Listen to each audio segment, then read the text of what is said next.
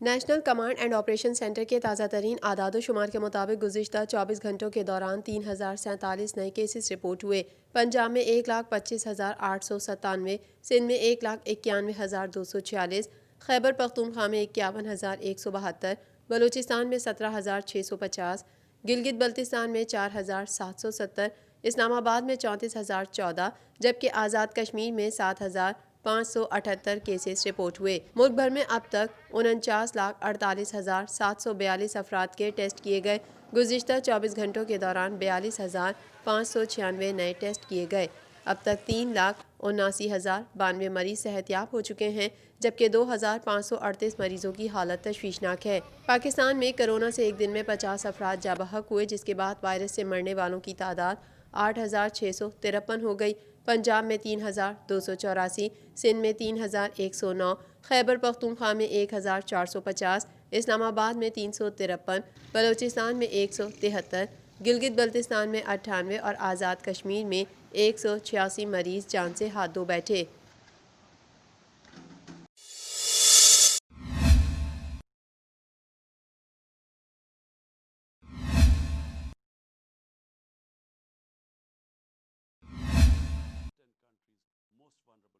اپنے ٹویٹ میں وزیر اعظم کا کہنا تھا کہ پاکستان مسلسل عالمی برادری کی توجہ بھارت کی ان تخریبی سرگرمیوں کی طرف مبذول کروا رہا ہے۔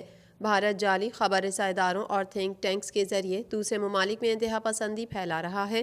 حال ہی میں حکومت پاکستان نے اقوام متحدہ کو بھارت کی ریاستی دہشت گردی کے سلسلے میں ڈوزیر فراہم کیے ہیں۔ وزیر اعظم عمران خان نے کہا، یورپی یونین کے ایک ادارے نے وسیع پیمانے پر پھیلے بھارتی تخریبی سرگرمیوں کے نیٹ ورک کے بارے میں انکشافات کیے۔ یورپی یونین کے ادارے کے انکشافات نے پاکستان کے موقف کو درست ثابت کیا اور اسے انکار کرنے والوں کو بے نقاب کر دیا۔ عالمی برادری کو ایک فتنہ پرور بھارتی حکومت کا نوٹس لینے کی ضرورت ہے۔ بھارت کی انتہا پسند حکومت سے اب عالمی نظام کے استحکام کو خطرہ ہے۔ واضح رہے کہ یورپی ادارے EU ڈس انفو لیب نے اپنی ایک تحقیق میں بھارتی پروپیگنڈے کے نیٹ ورک کو بے نقاب کیا ہے۔ تحقیق کے مطابق EU کرینیکل ویب سائٹ بھارتی پروپیگنڈا مہم میں نیا اضافہ ہے۔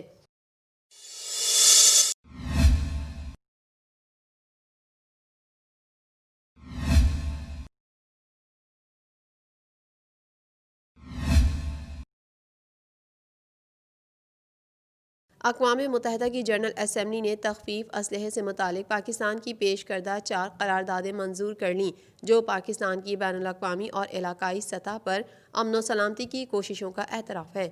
ان قراردادوں کی حمایت جنرل اسمبلی کی تخفیف اسلحہ کمیٹی کے 193 ممبران نے کی، جنہوں نے پاکستان کی کوششوں کی بھرپور حوصلہ افزائی کرتے ہوئے ان قراردادوں کو منظور کیا۔ 4 قراردادوں میں سے 3 قرارداد علاقائی تخفیف اسلحہ، علاقائی اور ذیلی علاقائی سطح پر روایتی اسلحے کے کنٹرول کے ساتھ ساتھ علاقائی اور ذیلی علاقائی تناظر میں اعتماد سازی کے اقدامات کو فروغ دینے سے متعلق تھیں، جبکہ پاکستان کی پیش کردہ چوتھی قرارداد غیر جوہری ریاستوں کے لیے امن و سلامتی کو یقینی بنانے سے متعلق تھی۔ سفارتی عملے نے کہا، دنیا کے متعدد خطوں خصوصاً جنوبی ایشیا میں عدم اعتماد میں اضافے اور بڑھتی کشیدگی کے نتیجے میں امن و سلامتی کو مستحکم کرنے کے لیے تخفیف اسلحے کے علاقائی نقطہ نظر نے زیادہ مطابقت اور اہمیت اختیار کر لی ہے۔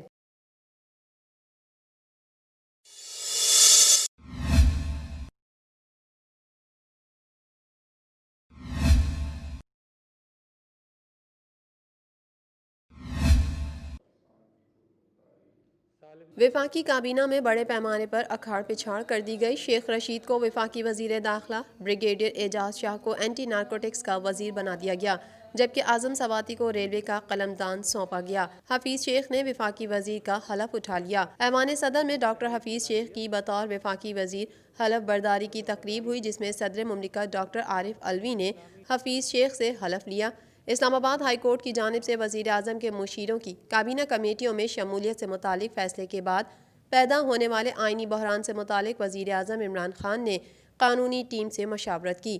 وزیر اعظم عمران خان نے 2 مشیروں اور 1 معاون خصوصی کو وفاقی وزیر بنانے کی تجویز پر غور شروع کر دیا تھا، اور مشیر خزانہ عبدالحفیظ شیخ کے بعد مشیر تجارت عبدالرزاق داؤد اور معاون خصوصی برائے صحت ڈاکٹر فیصل سلطان کو بھی 6 ماہ کے لیے وفاقی وزیر بنایا جا سکتا ہے۔ عبدالحفیظ شیخ، عبدالرزاق داؤد اور ڈاکٹر فیصل سلطان کو مارچ 2021 میں سینیٹر بنائے جانے کا امکان ہے۔ سینیٹر منتخب ہونے کے بعد تینوں مشیر وفاقی وزیر بن سکتے ہیں۔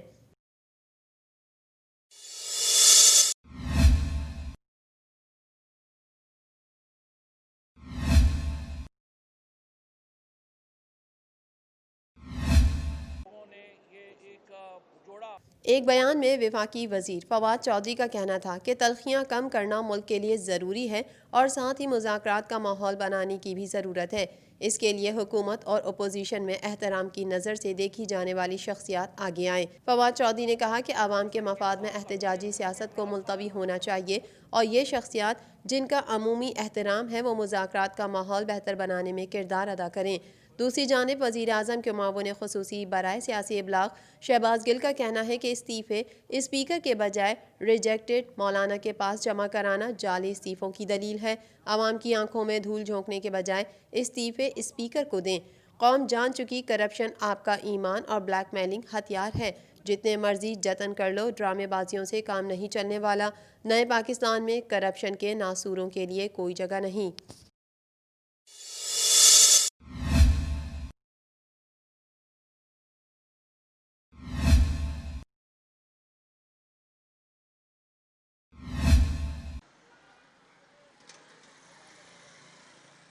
پاکستان پیپلز پارٹی نے ارکان سندھ اسمبلی سے استعفے طلب کر لیے ہیں۔ سندھ اسمبلی کے ارکان کو استعفے بلاول ہاؤس جمع کرانے کی ہدایت جاری کر دی گئی ہے۔ ہدایت نامے میں کہا گیا ہے کہ ارکان سندھ اسمبلی تحریری استعفے اسپیکر کے نام بھیجیں۔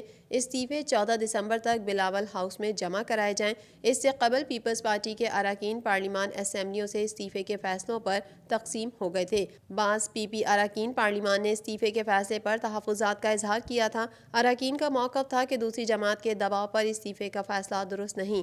پی پی کسی جماعت کی خواہش کی تکمیل کے لیے قربانی نہ دے۔ پی پی نے ماضی میں ہمیشہ استعفوں کی مخالفت کی۔ اراکین کا کہنا ہے کہ استعفوں کی صورت میں کارکنوں میں مایوسی پھیلے گی۔ استعفوں سے نتیجہ نہ نکلا تو کیا کریں گے؟ اسمبلیوں سے استعفے عوامی مینڈیٹ کی توہین ہے۔ پیپلز پارٹی اراکین اسمبلی کا کہنا ہے کہ پارلیمان میں رہ کر حکومت کو ٹف ٹائم دیا جائے۔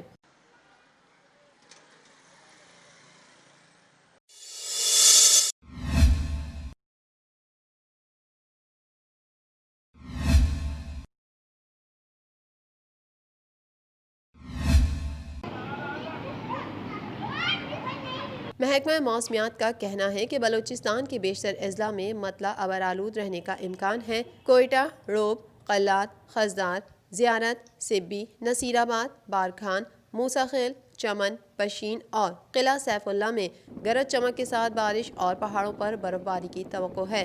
موسم کا حال بتانے والوں کا کہنا ہے کہ صوبائی دارالحکومت کوئٹہ میں موجودہ درجہ حرارت -1 ریکارڈ کیا گیا ہے، جبکہ قلات میں موجودہ درجہ حرارت -5 ریکارڈ کیا گیا ہے۔ بلوچستان کے ساحلی علاقے گوادر میں درجہ حرارت 18 ڈگری سینٹی گریڈ ریکارڈ کیا گیا۔ اسی طرح بالترتیب سبی میں موجودہ درجہ حرارت 9 ڈگری سینٹی گریڈ اور نوکنڈی میں موجودہ درجہ حرارت 3 ڈگری سینٹی گریڈ ریکارڈ کیا گیا۔ کوئٹہ میں ہوا میں نمی کا تناسب 42%، گوادر میں 49%، سبی میں 73%، نوکنڈی میں ہوا میں نمی کا تناسب 30% ریکارڈ کیا گیا۔